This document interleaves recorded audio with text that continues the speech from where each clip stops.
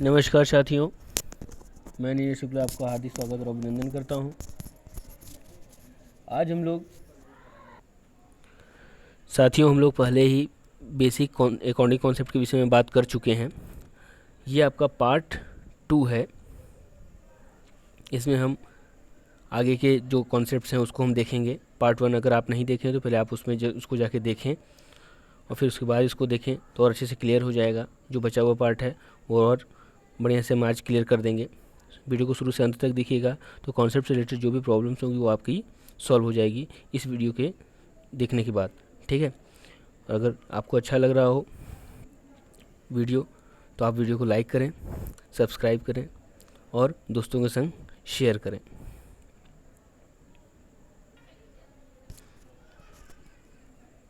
दोस्तों, अब हम लोग बात करते हैं नेक्स्ट जो कॉन्सेप्ट हम लोगों के पास है उससे रिलेटेड।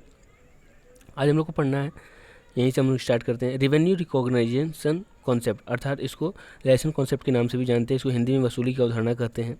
इसका एक ओवरव्यू सुन लीजिए कि जैसे ही आप अपने गुड्स को सोल्ड करते हैं बायर को, तो बायर अगर पैसा दे या न दे, चाहे वो कैश पे हो चाहे वो क्रेडिट पे हो, दोनों ही पक्ष में, दोनों ही साइड में आपको क्या मान लिया जाता है कि आपने उसको सेल कर दिया है और आपकी रेवेन्यू जनरेट हो चुकी है।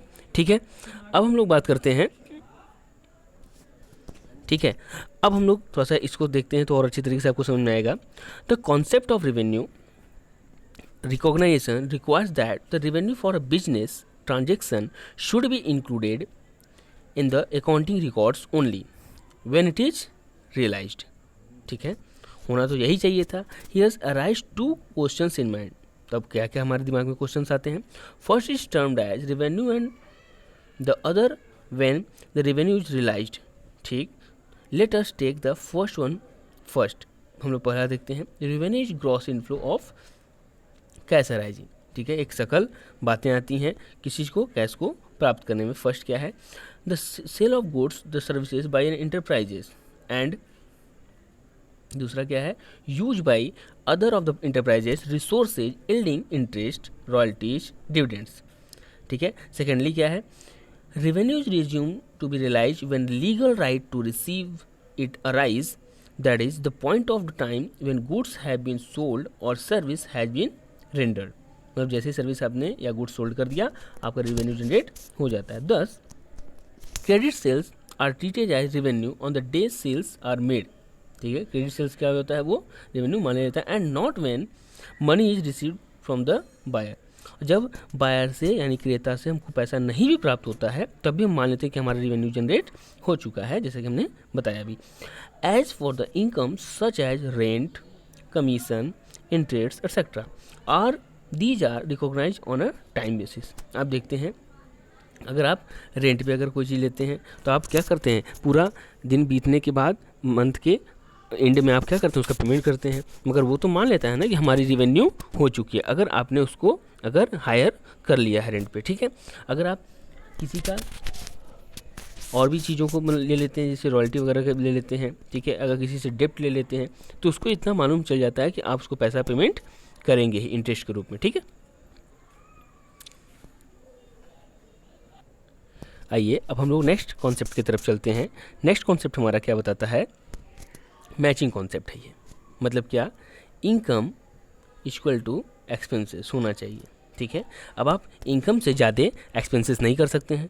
क्यों नहीं कर सकते हैं, जब आपके पास पैसा ही नहीं है तो आप एक्सपेंसेस करेंगे कहाँ। तो मैचिंग कॉन्सेप्ट मतलब कि मिलान की अवधारणा इसको कहते हैं हिंदी में। इसका मतलब क्या होता है कि आपका जितनी रेवेन्यू होगी उसी के अकॉर्डिंग आप एक्सपेंसेस करेंगे। ठीक है, अब आइए थोड़ा सा इस तरीके से देख लेते हैं। The process of ascertaining the amount of profit earn or the loss incurred during a particular period involves deduction of related expenses from the revenue earn during the that period. The matching concept emphasizes exactly on this aspect. It states that expenses incurred in an accounting period should be matched with revenue during that period. ध्यान दीजिए क्या होना चाहिए, आपका जो भी expenses हो match होना चाहिए किसके थ्रू, आपका रेवेन्यू के थ्रू। क्लियर है, ये तीन बातें आपकी क्या होती हैं, एकदम समान होनी चाहिए। ओके, अब क्या बोला, it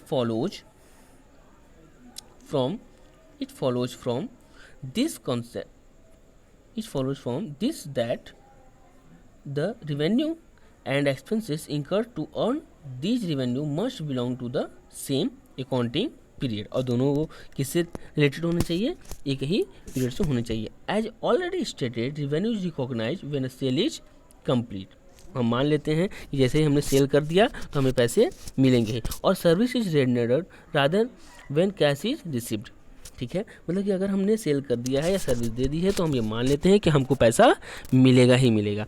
similarly an expenses is recognised not when cash is paid but when an asset or service has been used to generate revenue.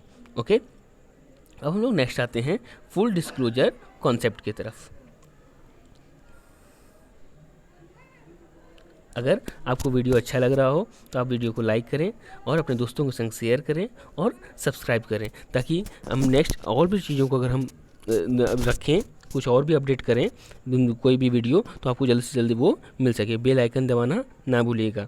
Okay, अब क्या बोल रहा है, फुल डिस्क्लोजर कॉन्सेप्ट की तरफ हम लोग आते हैं। फुल डिस्क्लोजर कॉन्सेप्ट हमको क्या बताता है कि सारी चीज़ों को आप क्या करिए, डिस्क्लोज कीजिए, किसी भी चीज़ को आप छुपाइए मत। ओके, मतलब कि each and everything is disclose by you in about the firm where your accounting books. Okay, अब हम लोग बात करते हैं information provided by financial statement are used by different groups of people such as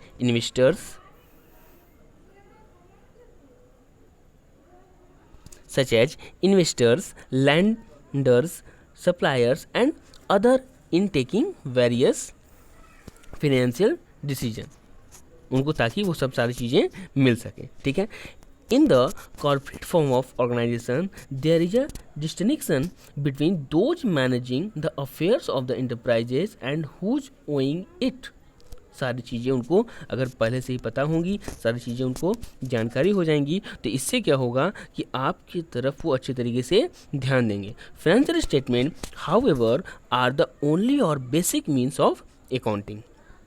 financial statement क्या कहता है, ये basic means of accounting, financial information to all interested parties. हर इंटरेस्टेड पार्टी यही चाहता है कि हमें अकाउंटिंग से रिलेटेड, फर्म से रिलेटेड सारी की सारी ईच एंड एवरीथिंग हमको क्या हो, मिले।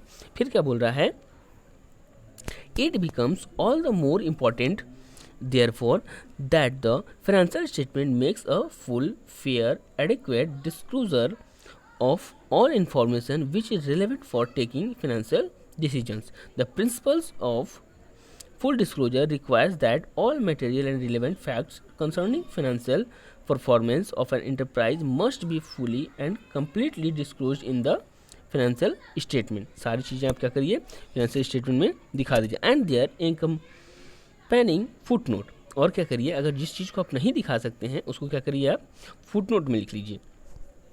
ठीक है, जैसे हम लोग ध्यान दीजिएगा, अगर कुछ ऐसी बातें होती हैं जिसको कि अब हमको मान लीजिए क्लेम के लिए बोला गया है, बट वो क्लेम अभी हमारे पास रेंडर नहीं हुआ है, तो हम क्या करेंगे, उसको फुट नोट में लिख देंगे। तो इससे क्या होगा कि मान लीजिए कभी अगर कोई जो बात बैठता है, ऐसी बातें हमको पेमेंट करनी ही पड़ जाती है, तो हमको पहले से ही क्या होगा, वो चीज़ें हमारे पास रहनी ज़रूरी है।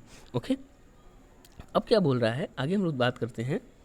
This is enable that user to make correct assessment about the profitability and financial soundness of the enterprise and help them to take informed decision। और इससे क्या होगा, वो अच्छे से अच्छे तरीके से डिसीजन ले सकेंगे और अब आपके जो बिजनेस है उसके संग अच्छा सा व्यवहार कर सकेंगे।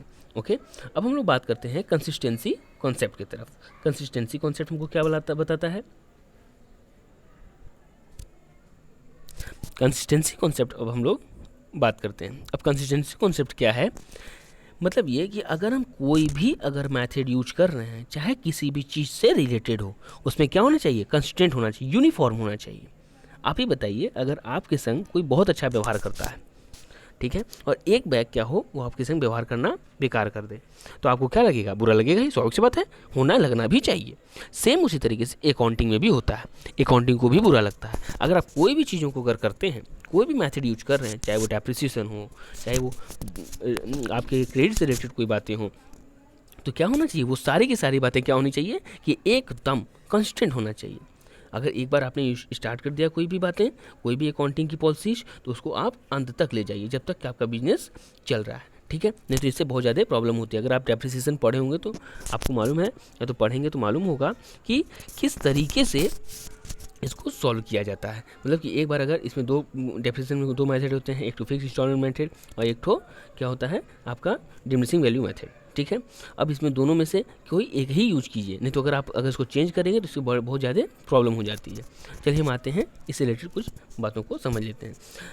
कंसिस्टेंसी कॉन्सेप्ट हमको क्या बताता है, the accounting information provided by the financial statement would be useful in drawing conclusions regarding the working of an enterprises only when it allows comparison over a period of time as well as with the working of other enterprises. Thus, both inter-firm and inter-period comparison are required to be made. ठीक है, अब आगे क्या बोल रहा है, this can be possible only when accounting policies and practices allowed by enterprises are uniform. क्या होनी चाहिए, एक होनी चाहिए, ये बदलनी नहीं चाहिए, and are consistent over a period of time. और क्या होना चाहिए, निरंतर वही बात होनी चाहिए, ठीक है। निरंतरता की अवधारणा ये है एक तरीके से कि मतलब कि जो भी आप काम करिए वो निरंतर वही करिए, कंटिन्यू रखिए, क्योंकि बीच में भी अगर आप एक ब्रेक करेंगे एक चेन को तो उससे आपके पूरे के पूरे चीज़ों को इफेक्ट आना ही आना है, ठीक है। अब हम लोग बात करते हैं कंजर्वेटिज्म कॉन्सेप्ट की। कंजर्वेटिज्म कॉन्सेप्ट हमको क्या बताता है, अगर आपको वीडियो अच्छा लग रहा हो, समझ आ रहा हो, तो वीडियो को लाइक करें, शेयर करें और सब्सक्राइब करें, ताकि आपको हमारी न्यू वीडियो की नोटिफिकेशन जल्दी से मिल जाए, और अपने दोस्तों के संग शेयर करना ना भूलिएगा। चलिए अब हम बात करते हैं कंजर्वेटिज्म कॉन्सेप्ट की। ये हमको क्या बताता है, कंजर्वेटिज्म का मतलब क्या होता है, एक तरीके से बहुत छोटी विचारधारा, बड़ी संकीर्ण विचारधारा, इसको हिंदी में कहते हैं रूढ़िवादी विचारधारा, ठीक है। ये बहुत ही इम्पॉर्टेंट है, क्योंकि इससे एक क्वेश्चन जरूर आता है हर जगह, हर आप जो भी एंट्रेंस वगैरह एग्जाम देंगे या जो भी बातें करेंगे उसमें आपको ये चीज़ें बहुत ज़्यादा इंपॉर्टेंट देगा। और कभी कभार बहुत लोग इसमें फंसा भी देते हैं कि आखिर कौन सा ऐसा कॉन्सेप्ट है जिसके कारण ये क्वेश्चन पूछा जाता है। अभी बताएंगे वो क्वेश्चन क्या है, ठीक है। आइए बात करते हैं, क्या बोल रहा है कि अगर कंजर्वेटिव कॉन्सेप्ट को क्या बताता है, फ्यूचर के आप प्रॉफिट को मत देखिए, फ्यूचर के प्रॉफिट को मत देखिए। अगर आप प्रॉफिट देखेंगे तो आप काम नहीं कर पाएंगे, ठीक है। मगर हाँ, फ्यूचर में होने वाले लॉस को ज़रूर देखिए, ये सबसे मस्ट इम्पॉर्टेंट है। प्रॉफिट तो बात की बात है, तो अगर आप अच्छा कर्म करेंगे तो प्रॉफिट आपको मिल ही जाएगा। मगर अगर आपकी कोई भी एक कर्म के द्वारा कोई भी एक ऐसा प्रॉब्लम हुआ है, कोई भी ऐसी आपकी एक्टिविटीज हुई जिसके कारण कि फर्म को पूरा का पूरा क्या हो, लॉस बियर करना पड़ जाए, तो इसी बात को ये कंजर्वेटिव बताता है। आप देखे होंगे घर के बड़े बुजुर्ग बहुत ज़्यादा डरते हैं, ठीक है। वो क्यों डरते हैं, क्योंकि वो अपने अनुभव के अकॉर्डिंग बात करते हैं। आपको अगर कोई समझाता है तो बुरा नहीं समझाता है, वो इसलिए समझाता है ताकि आप भविष्य में कोई गलती ना करें जो उन्होंने कर दी है अपने समय में। आइए बात करते हैं अब इसमें इस तरीके से और बताते हैं कि क्या क्वेश्चन इसमें से अराइज होता है। The concept of conservatism also called prudence, इसको प्रूडेंस कॉन्सेप्ट के नाम से भी जाना जाता है। Providing guidance for recording transaction in the books of accounts and it is based on the policy of playing safe, ठीक है। अब क्या होना चाहिए, सेफ, अपने आप को हमेशा सेफ रखना। मैंने क्या बोला था, फ्यूचर के प्रॉफिट को छोड़ो, फ्यूचर में क्या लॉस होगा उससे बचने का ज़्यादा ही लोग ध्यान देते हैं। इस कॉन्सेप्ट के अकॉर्डिंग ध्यान दिया जाता है। This concept of conservatism require that profit should not be recorded until realised but loss, देखिए ध्यान दीजिए, देखिए क्या हुआ, रियलाइज्ड प्रॉफिट को हम लोग नहीं रिकॉर्ड करते हैं, ठीक है। अभी हमने जो बताया एकदम सेम वही चीज़ बोल रहा है। फिर क्या बोल रहा है, but all losses even those which may have a remote possibility are to be provided for the books of accounts. मगर लॉस को आप क्या करिए, एकदम गिद्ध की तरह निगाह करके इसको रखिए। टू इलस्ट्रेट, आइए कुछ इलस्ट्रेशन के माध्यम से, उदाहरण के माध्यम से समझते हैं क्या मतलब है। Valuing closing stock at cost or market price whichever is less. अगर मान लीजिए आप अपने स्कंद को रखते हैं तो क्या करें, यही इंपॉर्टेंट क्वेश्चन है बाबू, हमेशा साथियों ये पूछता है कि value of closing stock and cost price market price whichever is less, ये कौन से कॉन्सेप्ट के अकॉर्डिंग आता है। तो कौन से कॉन्सेप्ट के अकॉर्डिंग आता है, आपका कंजर्वेटिव कॉन्सेप्ट के अकॉर्डिंग आता है। ध्यान दीजिएगा, अगर आप पूरा फर्स्ट, अगर आप फर्स्ट पार्ट नहीं पढ़े हैं तो फर्स्ट पार्ट भी आप जाके देखिए। आप अगर दोनों पार्ट अच्छे से आप समझ लिए ना, एक बार नहीं, 2 बार नहीं, 3 बार नहीं, 4 बार देखिए, जब तक कि आपका पूरा कॉन्सेप्ट क्लियर ना हो जाए। ठीक है, अब हम बात करते हैं creating provision for doubtful debts. ये भी बहुत ज़रूरी है। आपके डेट से रिलेटेड कोई भी अगर प्रॉब्लम हो रही है तो आप क्या करिए, उसके लिए आप लोग प्रोविजन बना दीजिए। डिस्काउंट ऑन डेटर, अगर डिस्काउंट, डेटर को डिस्काउंट आप क्यों देते हैं, ताकि वो जल्द से जल्द आपका पेमेंट कर दे। डेटर कौन होता है, जिसको हम लोग उधार माल बेचते हैं, यानी कि क्रेडिट सेल्स करते हैं, तो हमको वहाँ से क्या मिलेगा, पैसा मिलेगा, वो हमारा डेटर बन जाता है। ठीक है, जिसको हम क्रेडिट सेल्स करते हैं वो हमारा डेटर बनता है, और जिससे हम क्रेडिट परचेज करते हैं वो हमारा क्रेडिटर बनता है। ध्यान दीजिएगा, जो पैसा देगा वो डेटर, कभी कभार कुछ लोग कन्फ्यूज हो जाते हैं डेटर और क्रेडिटर में भी, तो जो पैसा देगा वो देता, यानी कि देने वाला जो है वो क्या है, आपका डेटर है। ठीक है, और लेने वाला आपका जो है वो क्या है, क्रेडिटर है। ठीक है, क्लियर हो रहा है, 10 से देना, ठीक है, 10 से डेटर, बस यही याद रखिए, आपको समझ में आ जाएगा। ठीक है, अब हम लोग बात करते हैं, ये डिस्काउंट ऑन डेटर हो गया। Writing of intangible assets like goodwill, patents etcetera. ठीक है, इन सब चीज़ों का भी हम लोग किस लिए लिखते हैं, ताकि भविष्य में कोई बातें हों तो हम उस चीज़ को क्या करें, अच्छे तरीके से समझ सकें। ठीक है, अब हम लोग बात करते हैं मैटेरियलिटी कॉन्सेप्ट। मैटेरियलिटी कॉन्सेप्ट हमको क्या बताता है, आइए मैटेरियलिटी कॉन्सेप्ट हम लोग बात करते हैं। तो ये हमको क्या बताता है कि आप जो भी काम करिए, इसको हिंदी में कहते हैं सारता की अवधारणा, एकदम सार करिए, समरी में काम करिए। अर्थात यहाँ कहने का क्या मतलब है इस कॉन्सेप्ट का हमें, कि अगर मान लीजिए हम लोग एक पेंसिल खरीदे, ठीक है, एक इरेजर खरीदे, इस पर भी डेप्रिसिएशन लगता है। अगर बताइए, अगर हम इस पर डेप्रिसिएशन लिखना अगर स्टार्ट कर दें तो हमारा तो पूरा अकाउंटिंग एकदम बढ़ जाएगा, पूरा बुक्स ऑफ अकाउंट एकदम पूरा फुल हो जाएगा। तो इसी से बचने के लिए हम उसको एक नया एक वर्ड दे देते हैं, क्या चीज़, स्टेशनरी।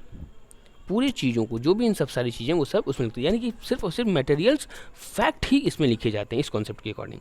ये बताना चाह रहा है कि आप सब चीज़ों को मत लिखो, जो सबसे इंपॉर्टेंट हो उसी चीज़ों को लिखो। ठीक है, आइए बात करते हैं। This concept of materiality requires that accounting should focus on material facts. ठीक है, efforts should not be wasted in recording and presenting facts which are immaterial in the determination of income. ठीक है, in certain cases when the amount involved is very small, strict adherence to accounting principle is not required. ठीक है, for example stock of eraser, pencil, scales. अब देखिए scale जो आप use कर रहे हैं उसको अगर आप रख रहे हैं, उठा रहे हैं, उसमें भी डेप्रिसिएशन लगता है, तो उसमें डेप्रिसिएशन लगाने लगेंगे तो फिर हालत ख़राब हो जाएगी। अब आप सोचेंगे सर डेप्रिसिएशन ये बार बार क्यों आ रहा है यूज, आप क्यों कर रहे हैं, तो डेप्रिसिएशन का मतलब क्या होता है, जब हम किसी एसेट्स को परचेज करते हैं तो उसमें कुछ क्या होती है, कमी होती है। कैसे कैसे कमी होती है कि अगर मान लीजिए अगर हम उसको यूज करते हैं तो एक तरीके से उसमें कुछ न कुछ क्षय होता है। क्षय इन द सेंस, अब ये कब कब होता है, वियर एंड टियर के कारण हो सकता है, यानी टूट फूट हो जाए तब हो जाता है, या फिर पासेस ऑफ टाइम के अकॉर्डिंग हो जाता है, या तो फिर ऑब्सोलेंस के अकॉर्डिंग हो जाता है। ऑब्सोलेंस में होता है अप्रचलन, आप जो भी एसेट्स रखे हैं वो अगर ख़राब हो जाता है तो उसके अकॉर्डिंग क्या होता है, वो चीज़ों की वैल्यू कम हो जाती है। ठीक है, चलिए अब हम लोग आगे बात करते हैं ऑब्जेक्टिविटी कॉन्सेप्ट। ऑब्जेक्टिविटी कॉन्सेप्ट हमको क्या बताता है कि आप सारी चीज़ें ऑब्जेक्ट पे ध्यान दीजिएगा, जो ऑब्जेक्ट हो उसके अकॉर्डिंग आपका काम होना चाहिए। The concept of objectivity requires that accounting transaction should be recorded in the an objective manner, free from the boys of the accountants. कोई भी उसमें बायजनेस नहीं होना चाहिए। एंड अदर्स, किसी भी प्रकार का आप कोई ऐसा काम करें जिसके थ्रू आप क्या हो कि प्रॉब्लम हो जाए इसमें। This can be possible when each of transaction is supported by verifiable documents और वाउचर्स। जितना भी आप काम करिए वो क्या हो, जब वेरीफाई किया जाए तो डॉक्यूमेंट और वाउचर्स के मिले जुले रूप में पाया जाना चाहिए। अगर ऐसा नहीं होता है तो इसका मतलब कि आप अच्छी तरीके से ऑब्जेक्टिविटी कॉन्सेप्ट का फॉलो नहीं किए। ठीक है, अब हम उम्मीद करते हैं आपको पूरी की पूरी वीडियो समझ में आई होगी।